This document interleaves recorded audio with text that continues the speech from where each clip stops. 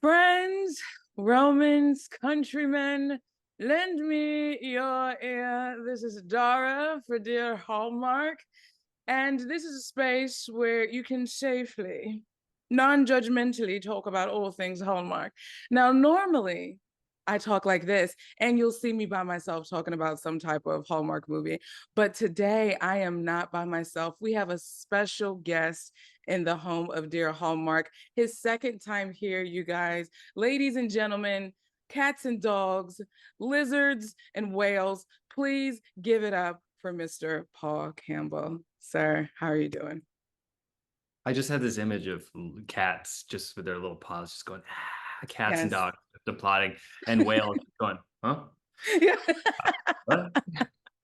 They picked that stuff up. They got sonar. They're like, huh? Wait, Nah. did somebody call me? Like, Oh, okay. whales, not my demographic. Cats and dogs, 100%. Whales are just like hard pass. They're into Hard the press. nature. They're like Nat Geo, Heard. a little more discerning. Heard. Um, Thanks for having me back. It's always a good sign when you get invited back. It means you didn't really blow it the first time. Or they've invited you back just to give you heck for blowing it the first time. I hope that's not the case, but I'm happy to be back regardless. You are always welcome. There's a seat at the table with your name on it. You got fridge privileges. You can just go in, grab food, get whatever it is you need. What do you got Always in there? welcome. What do you got? We got leftover stir fry. We have mac and cheese from a celebration of some kind, and Okay. then there's bread. You're speaking my language. Yeah. You just hear a knock on the door. I disappear. You're like, what the? Yeah. And that would So be. I want to start off our conversation, Paul, with just an icebreaker question. And I was racking my brain. I'm like, what should I ask Paul? And so I thought about this because I asked this question to Autumn Reeser, and I want to pose it to you as well. What is something, either an artist, a song, or an album that you just have on heavy rotation right now? Oh, right now. Yeah, that's a great question. There's this guy named Emmett Fenn that I keep listening to. He's got a song called The Chase, and it's Mm. like really mellow, vibey. Mhm. Uh, I don't know why that song keeps coming up in the car. And then Frank Ocean, I just have Frank Ocean on probably 70% of the time while I'm driving. For some Wow. reason, it Yeah. just like it just mellows me right out. I love his voice. I Yeah. love his poetry. Like he's so poetic and deep and tortured. And I'm like, yeah, that's I don't know, it speaks to me. So it's Yeah. like Channel Orange is like I just listen to it, or Blonde, both those Yeah. albums are just on repeat. I love them. Yeah, That's cool. that's what I'm That's into cool. these days. Yeah. I've been in Middle Earth for the past couple months, so I've been listening to a lot of folk music. Like Okay. that's been egging on all the hobbitry that I've been participating in these past couple months. Like Is this Rings of Power? Is that what you're talking about? You're watching Rings of absolutely, absolutely. My Power? godbrother, he's been nagging me about watching Lord of the Rings for like the past umpteen years. Okay. And so I finally watched it and I'm like low-key Oh, obsessed. you hadn't seen it yet. Oh, I Oh my saw it in gosh. Did some you watch? distant memory, but I don't remember anything. So it was like, did I ever really watch it? So I watched it, I think like a month ago, and I was like, sign me up. And then I watched season one. I'm rewatching season one of Rings of Power because I watched season one before watching Lord of the Rings. So I really had no idea Oh, what was going on. right. You're like, what's going on here? Right. I haven't seen Rings of Power, but the I rewatched the trilogy, like the extended version. My brother Mm. gave me the Blu-ray versions, like the only Blu-rays I have at all, and they were the extended versions of Lord of the Rings. And I remember I watched them in the theater. I went to see them all, Mm. but again, it was a long time ago. And then rewatching them, I was like, this is an absolute masterpiece. No, it is. No, it is. No, it Yeah. really is. And I haven't I watched the extended version yet. I'm not there yet. I still got to work myself up to committing the time to do that because I feel like that's an adventure in and of itself. treat yourself. Yeah, you need to put aside like a solid week because each one is like a week long. They're big Literally, movies. Yeah. My godbrother's goal is to do a marathon, like an all literally watching all three back to back. Like My that's brother does it once a year. no way. No joke. He has one like he does a weekend, he does a Saturday, and he does it once a year. He does. My brother's like a real film nut, and he does it. There's also a movie theater chain that airs them back to back to back in Canada like every couple of years. So he'll Oh, go that's and do it in the theater cool. sometimes. Yeah, but you're in the theater for like 11 hours. Literally. Like Literally, it's a yeah. job. You gotta bring your own like little butt hemorrhoid pillow just so you don't get sores on your butt. Too much. I mean, who doesn't travel with one anyway? You know what I mean? But Ba-da-ba-ba-da. speaking of that, do you have a favorite movie that you just kind of go back to whenever you want the feels, or Ghostbusters. maybe it brings some type of nostalgia or something like that? Ghostbusters. Ghostbusters. Ghostbusters. Ghostbusters without fail. If it's on TV, I'll go, oh, I'll check in and see where it's at. There was a time when I could recite probably 50% of it word for word. No way. It was one of the very first comedies that I connected with. I still think Bill Murray is genius level. I think all of them in that Mm. movie, I think it was genius level comedy. It's so dynamic.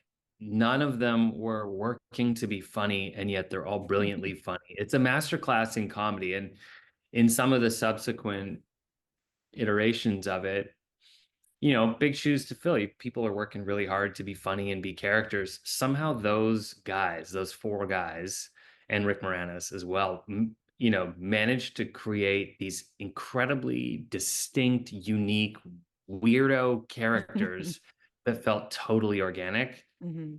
That's really challenging to do, and it's so well written. Yeah, that's the one I just come back to time and I quote all the time. And I've said this before, but I constantly work Ghostbusters quotes into my movies. Like I'll work in the original cases of Mystery Lane.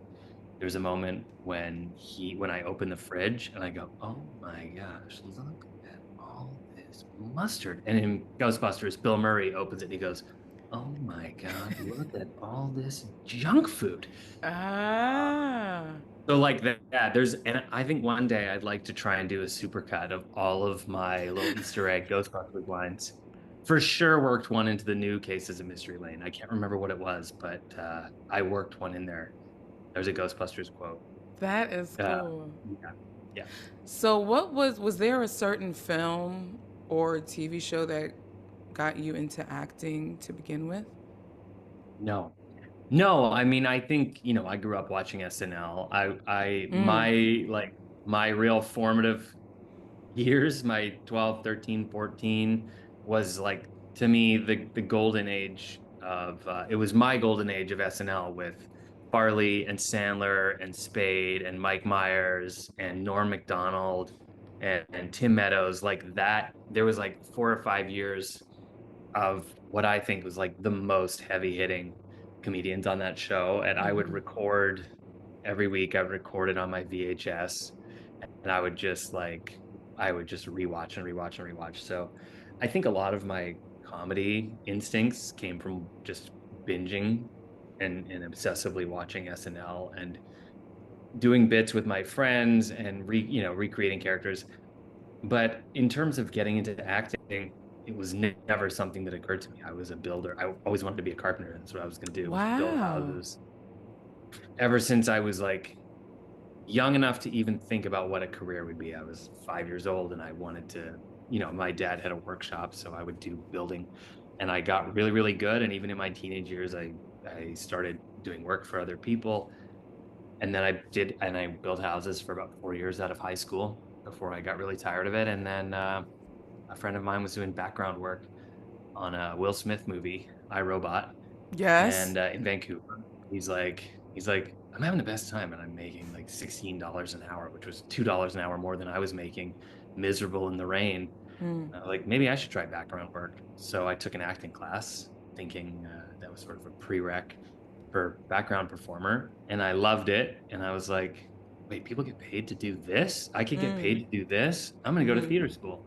So I went to theater school and then kind of never looked back. That was it. I was like, I just loved it. I just connected with, it's very cathartic for a kid who really didn't Mm, grow up sharing feelings, for an mm, 18, 21-year-old guy who like really never figured out how to share feelings or remote or get in touch, be vulnerable. yeah. I went to an acting class and that was the whole focus of the class, was how to be vulnerable. And I was like, Wow. oh, this feels really good. And this is what is this thing? What are all these things pouring out of me? I think I Mm, need to do more of that. And so I embarked on a career, a very serious, dramatic acting career. My plan was to be, drama. I'm like, oh, it was like in this insatiable need to tell wow. these emotionally wrought stories. And I did I did a couple, like a year and a half of acting. I kind of had some luck out of the gate, and then I got onto Battlestar Galactica pretty early on, and that was super intense and like emotionally wrenching. And I was like, oh, I'm an artist. I'm doing it. And then the auditions for comedy started to come in, and I was like, huh, this is pretty fun too. And so I did a couple comedy pilots, and I was kind of hooked on that. And then I basically just was doing whatever came at me. That's so awesome. I love one of my favorite things about storytelling in general is the therapeutic properties it has, whether it's movies, filmmaking, acting. For me personally, it was writing that I Mhm. connected with because literally just like you, I had an experience where I poured out my feelings on the page, and it was like, whoa, what is this? I need this. I need, like, how do I do this more? So that's so cool that that was your connection with acting. What is it that keeps you motivated to keep doing it after all these years? Bills. I love bills.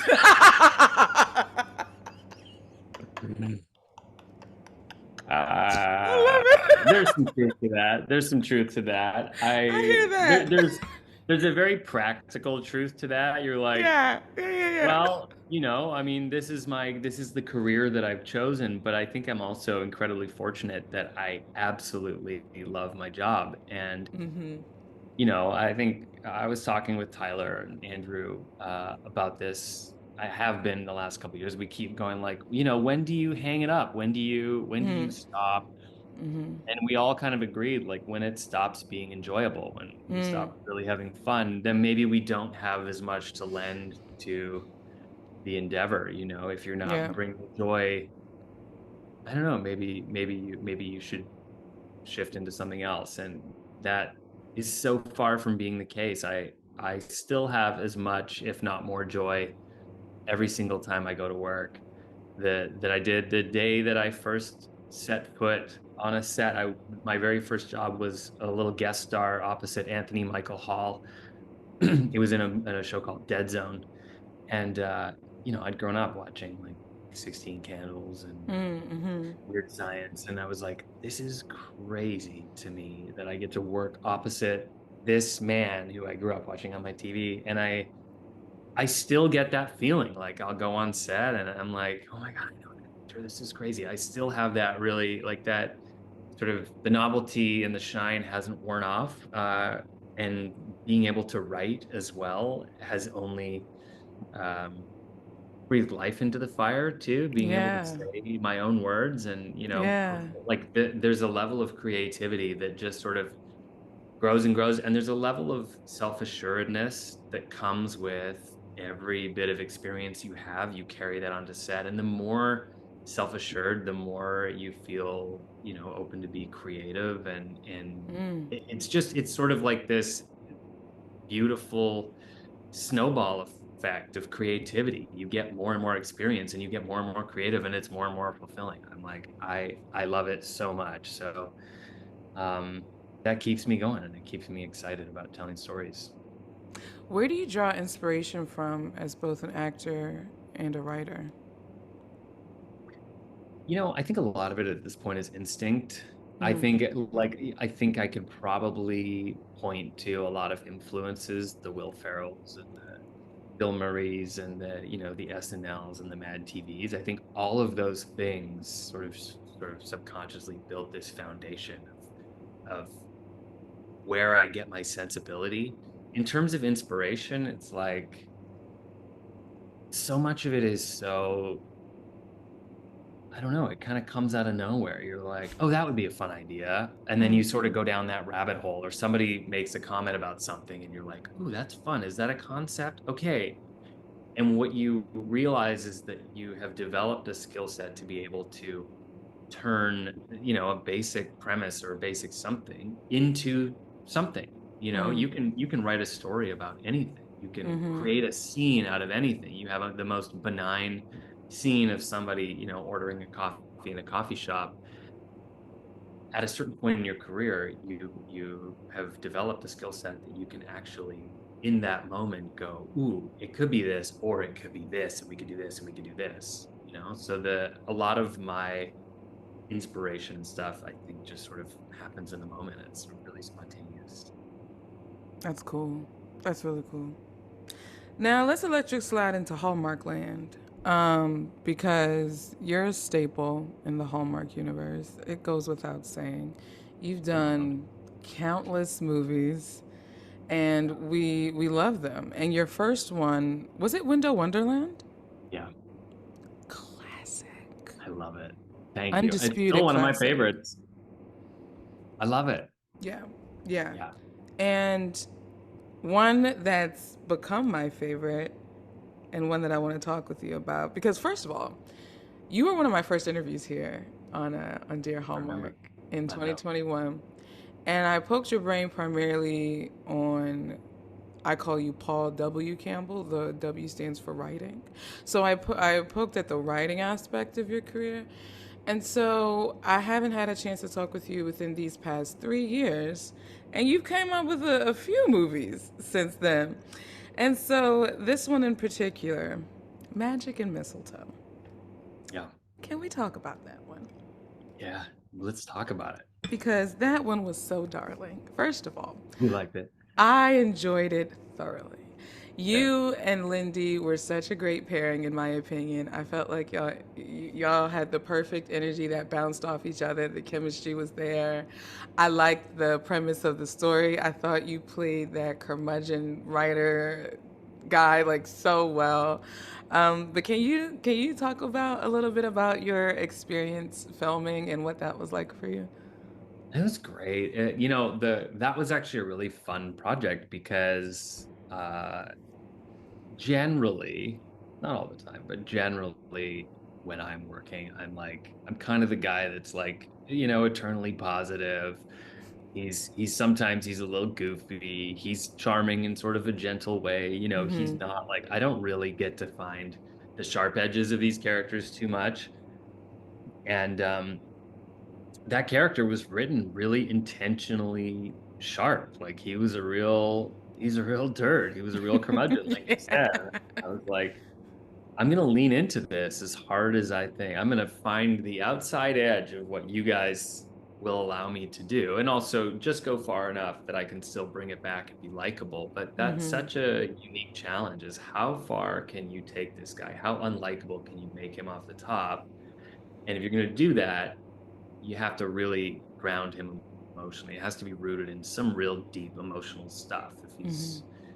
If he's like, well, I don't know, somebody stole my favorite toy at Christmas and I just haven't liked Christmas since, you're like, okay, we still don't like you. But if you have a parent who's passed away or something, like there's Mm-hmm. so much more, it's so much more dynamic to play those Mm-hmm. sorts of roles. And, you get paired with someone like Lindy, who's such a pro and she's so sharp in terms Mm-hmm. of her acting. She comes in and meets you wherever you're at without losing her ground as an actor, and it creates this really incredible dynamic. So she was able to sort of play opposite whatever level of being a jerk I would throw at her and just do her own thing. And it creates a much more well-rounded love story, and it gives you much further to travel over the course of the movie. It was a really, really fun experience. That whole movie, it was from start to finish. It was so great. Yeah, it was great watching. Well, I just wanted to give a nod to that movie, but let's get into the cases of Mystery Lane. Doom doom. That's Mhm. the jingle I gave it.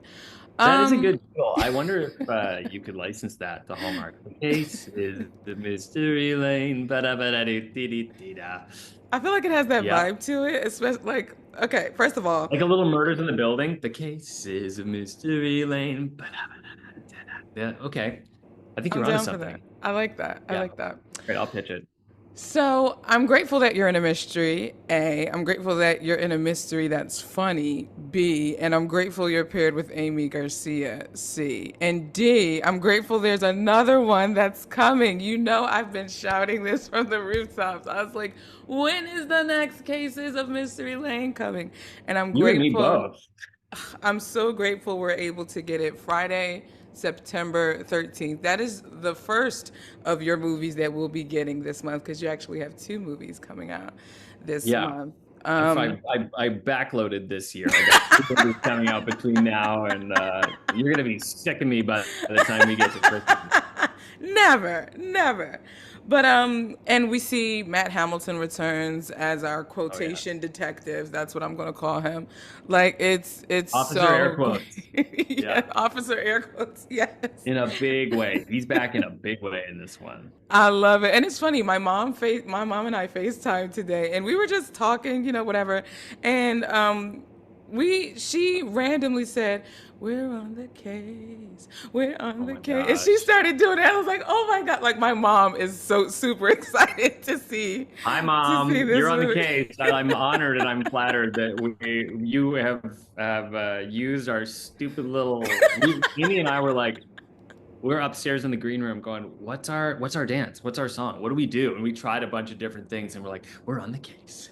We're on the case. We're on the case. Yeah, we're again. That's a testament to Joel and Margot, our writers, who are so good. We don't deserve them. They're so good. And they write in Bertie and Alden, start repeating, we're on the case. And they do a dance. They gave us all the ingredients to make everything in all of these movies. They're really, truly, I feel so blessed to have them. At times I'm jealous because they're better at writing than I am a lot of the time. And I'm like, give me some of that. But I'm happy Yeah. to be performing, being able to say their words. Yeah, this one we waited more than a year, right? When did the last? Yeah, like February or March of last year, April last year. So we've waited a year and a bit. We filmed this one in February, and I think it's better than the first one. I think I'm usually pretty loath to actually say that about anything because it's risky, but I do think this is better than the first one. If fun is a measure, it's hands down better than the first one. There's some like disguises and accents and silliness that, yeah, I don't think I don't know. After the first one, I was like, how can the writers outdo themselves? And they did, and they gave us so much to play with, and we all kind of walked away going, this is better than the first one, right? Like we all know this. Like yeah, so I'm really excited for it to finally come out. So let's backtrack a little bit. Talk Okay. about your experience filming the first one because this was your first Hallmark mystery, Mhm. right? Yeah. So we normally see you on Hallmark Channel for Christmas time, maybe for fall into love. We might catch you in the summer, but this time we got you doing some sleuthing, which is a bit of a different beat than what we normally find on Hallmark Channel. So was the process for filming and preparing for that movie different than how you would approach your Hallmark Channel movies? Let me be really clear. I don't prepare for these movies.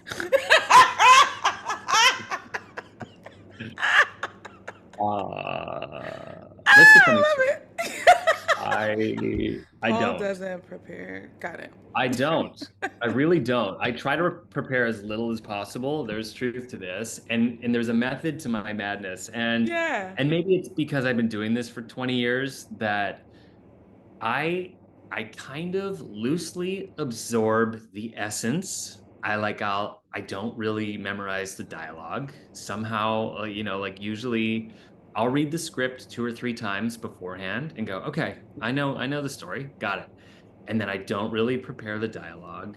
If there's specific moments while I'm reading it where I go, ooh, there's an idea or something, I'll jot it down. But usually I'll like read the script and I'll kind of just put it away. And then I show up on day one for filming and I'll have the sides with the 7 pages of dialogue for the day, and I'll go, all right, what's the first scene? And I'll look at it and go, okay. And then we'll go and block it, which means we walk through the movements for the camera. We'll read the lines once, and I'll go, all right, I got it.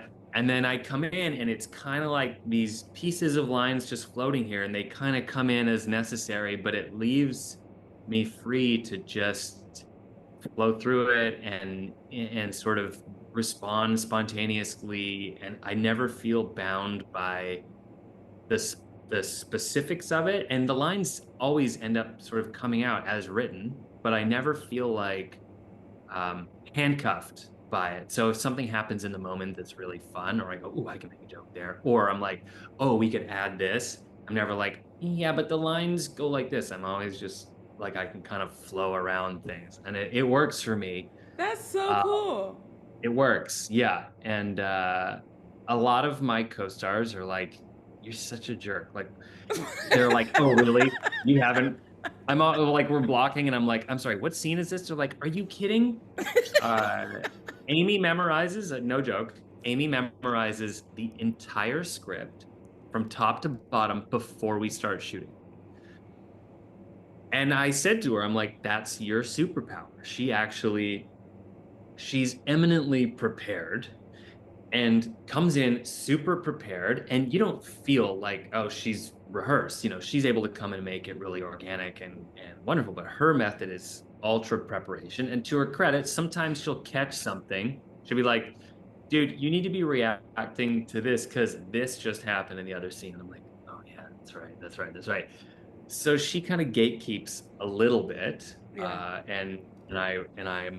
I rely on her for that. But generally, yeah, our we're completely different in how we prepare. So for me to come in to do this first one, I responded to the script and the writing so strongly because it felt like a single camera comedy. It was Mm. written like a single camera comedy, with the pacing, with the joke structure, the characters, like everything about it could play in half-hour form.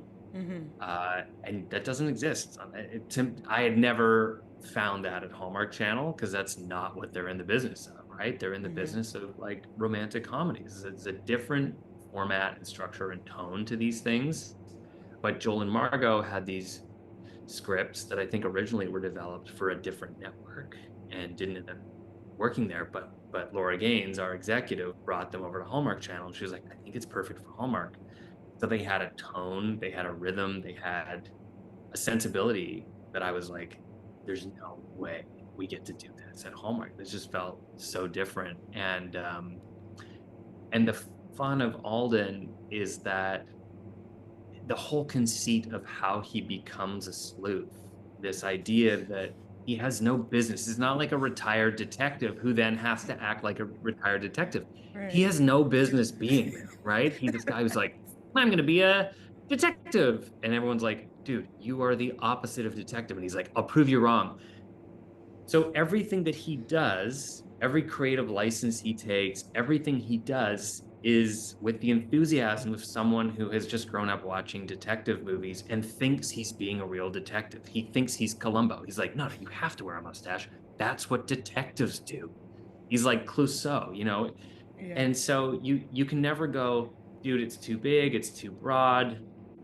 Because in Alden's world, it's he's doing the right thing, Yeah. right? And what Amy did in the choice that she made as Birdie, which was so smart, was as his wife, who's really type A and grounded and sensible, to love him for his quirks, not in spite of them. It would be so easy for her to, every time he does the thing, to go, oh, well, then, and roll her eyes. And you're like, no, that's not a successful marriage. The Mm-hmm. successful relationship is her going, you're such a goof. Okay, all right. You be Alden. And it allows us to sort of play in this world that never feels like it's too much. So that the filming of the first one was like this really extraordinary experience. Uh, and the second one really just doubled down on that, like double down and then some. Can you talk a little bit about the second one, a little bit about the premise and what about it You may have mentioned this a little bit earlier, but what about it kind of exceeds the what the viewers can expect from the second one versus the first one? Yeah, the premise of the second one is called Death is Listening, Dun dun and dun. death is always listening. Sorry, I didn't mean anything by that. And it's the idea is that there's a murder, the murder live on a podcast. So somebody's killed on a podcast, and the only evidence they have is the audio, right? They don't really have any physical or visual evidence. They have to go build this case based off the audio, which is a really, really fun and challenging concept and executed beautifully by our wildly talented writers. But the fun of this one is in the first one we did focus a little bit more.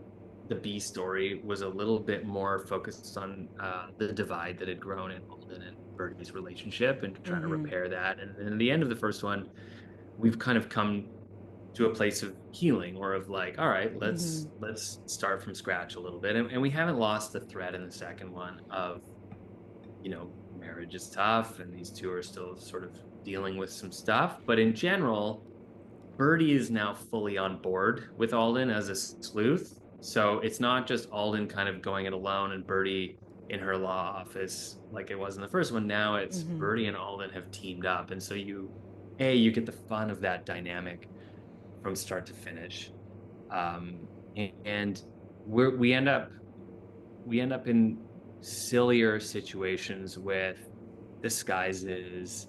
Honestly, there's some costume choices in this thing. I cannot believe that I was allowed to wear what I wear. There's a yoga scene. I don't want to give anything away, except I gave it all away. Oh my goodness. This is not, trust me, there's more thighs than like the freezer section at Costco. I'll tell you right now. There's a lot of white thighs. Yeah.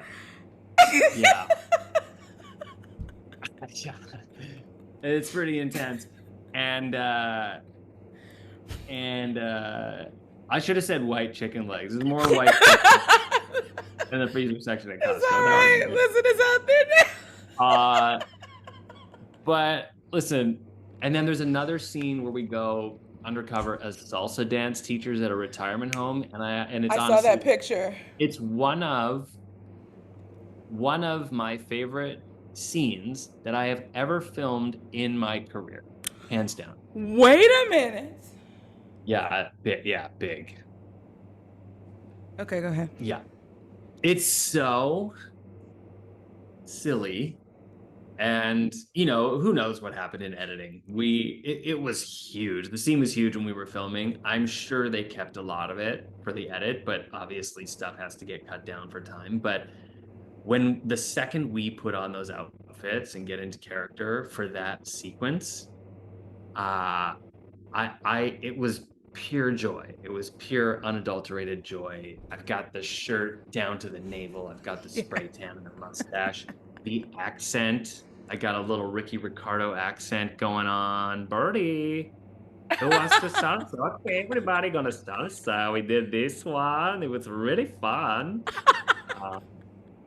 And like, and just dancing and silly. And the background performers were these lovely older folks who were playing the retirement home guests, and they were just in hysterics, laughing and having fun.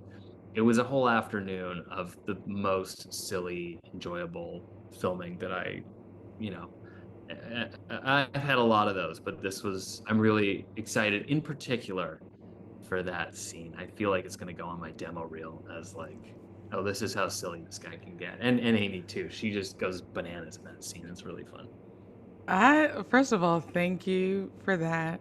And thank you for that. I look forward to watching. Oh my goodness. Remember, y'all, it is Friday night, September 13th. No relation. At 9 p.m.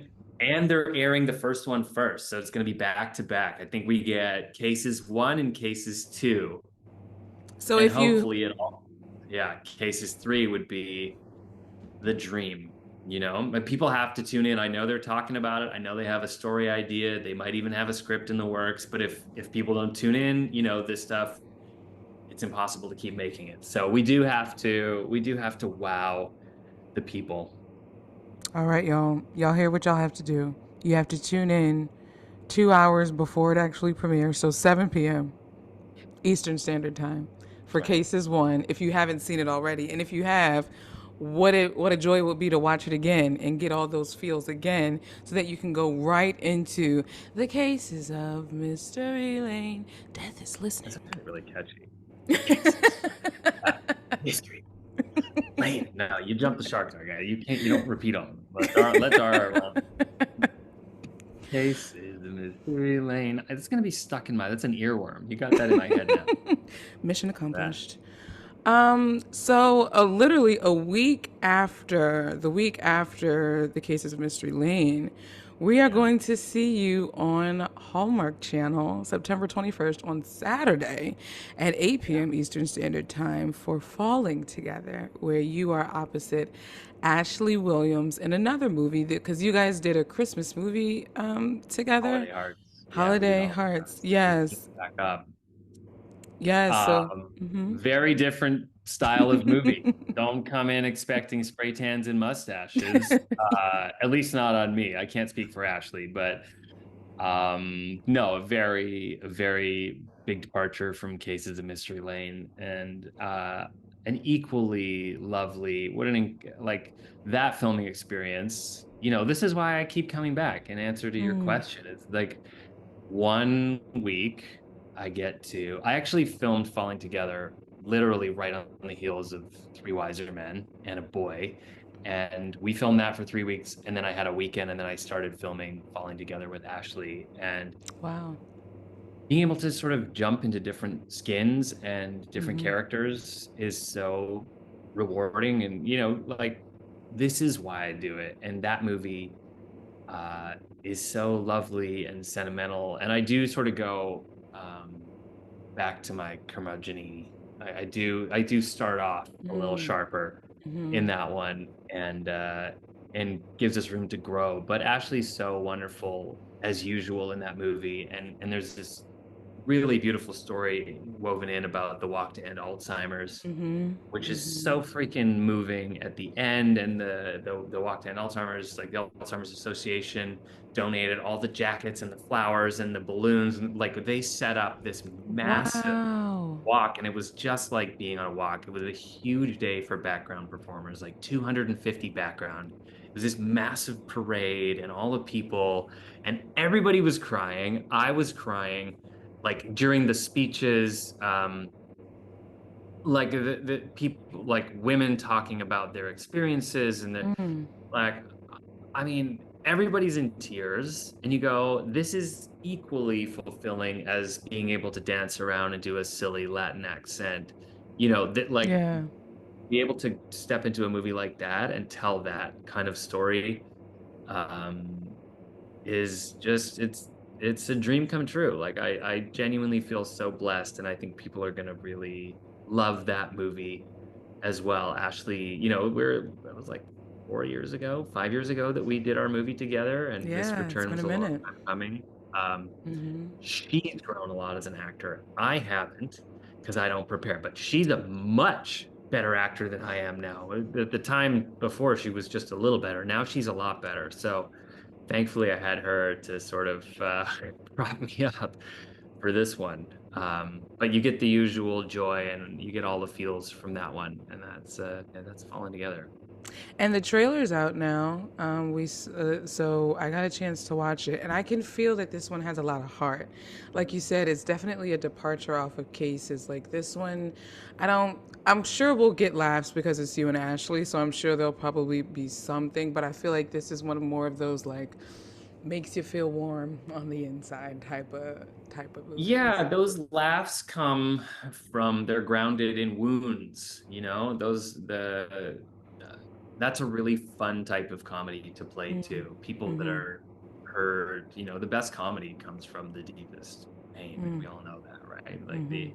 And so when you're able to poke fun at things from a place of pain or vulnerability, like those laughs are very different types of laughs. So this whole movie is rooted in, it's this woman's journey to create a community in a new apartment building. She moves from New York to Pittsburgh and expects to be welcomed with open arms by the tenants of her new building, and have a similar experience to what she left behind. It was essentially her Mm. family.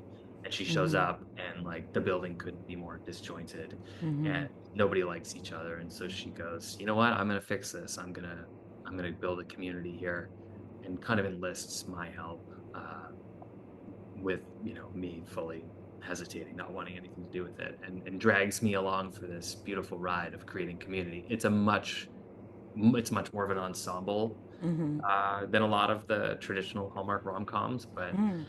yeah, beautifully written, again, beautiful writing and well directed, and, like, just so many.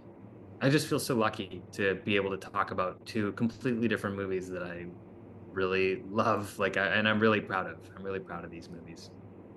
And if that wasn't enough, people will be able to see you live at the Halloween and Harvest Festival, That's right. October 31st Trick or treat, to baby. November. And it's wild and crazy kids because the last time, so I saw you for the first time, Ramajama Christmas in Chicago on the Mhm. red carpet for Tree Wise Men and a Baby with Mr. Tyler Hines. And then That's we right. briefly saw each other quickly last year at Christmas Con.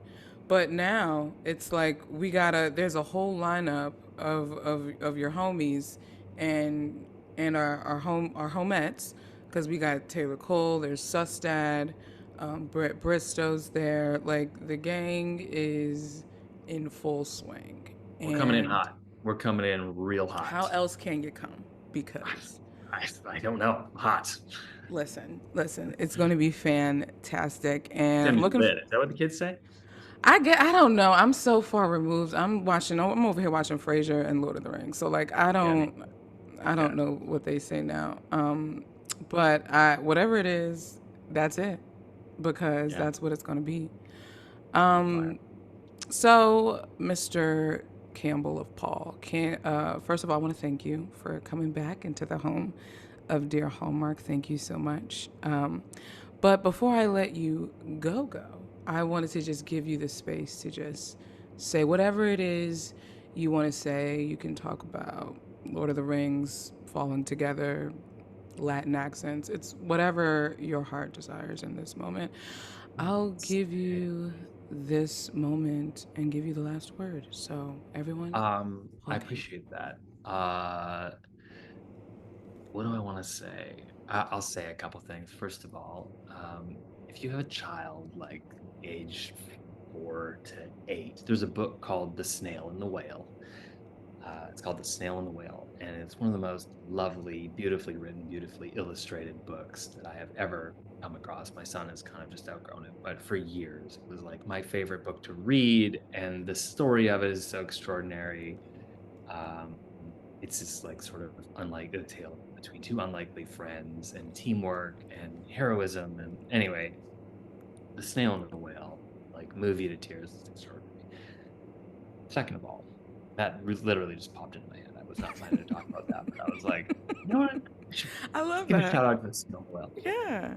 Yeah. Second of all, I just wanted to say I think it's a really exciting time for storytelling at Hallmark Channel. I feel really, we're all very aware of how lucky we are, as my friends and colleagues. We all talk about this all the time. We're all very aware of how lucky we are to be able to consistently make these movies, to be honored by Hallmark, to sort of write these movies and act in these movies. There's no other place in entertainment where actors come back as consistently and are sort of celebrated for, how many times they've worked on these projects, rather than going, well, you already did one, so we're going to go find somebody else. Like, we feel really incredibly lucky. And I think at this right now, more than ever, the types of stories we're able to tell, whether it's a story about Alzheimer's, like really real things that resonate. There's there's a lot of diversity. There's a lot of like inclusiveness in term, in all aspects, just in every aspect of what we do. And the door is wide open to tell the stories that I think really matter and to really touch on things that are really important and sort of um, I don't know, just carve out some new pathways here that are both touching and important and also really funny. We're able to write comedy, and there's a handful of writers at Hallmark right now that are doing really great comedy, which is just such a breath of fresh air. Because I think there was a lot of fear that we couldn't be too broad or we couldn't be too funny, it had to be a certain thing. And all of those conceits have kind of gone out the window. And now it's like, all right, how can we reinvent ourselves a little bit? How can we tell new stories? And I just feel really, really blessed and really lucky and really grateful to be part of the group that is doing this, to be able to tell the stories I want to tell and bring people joy through laughter, tears, or whatever it might feel. I'm so aware of my place in this world and my place in the Hallmark world. And I kind of remind myself every day, just like, this is so unique. And so I'm so extremely lucky and grateful. So um, that's it. I'm really excited for all three movies that are coming out this year. I think people are going to be really happy with all. I'm really proud of all three of the movies that are premiering this year. And there you have it, ladies and gents, and felines and canines. Don't forget to check out Cases of Mystery Lane Friday, September 13th, and then the week after, Falling Together, Saturday, September 21st. He's Paul, I'm Dara, and I'll talk to you guys in the next episode. Ciao, my friends. Ciao, ciao.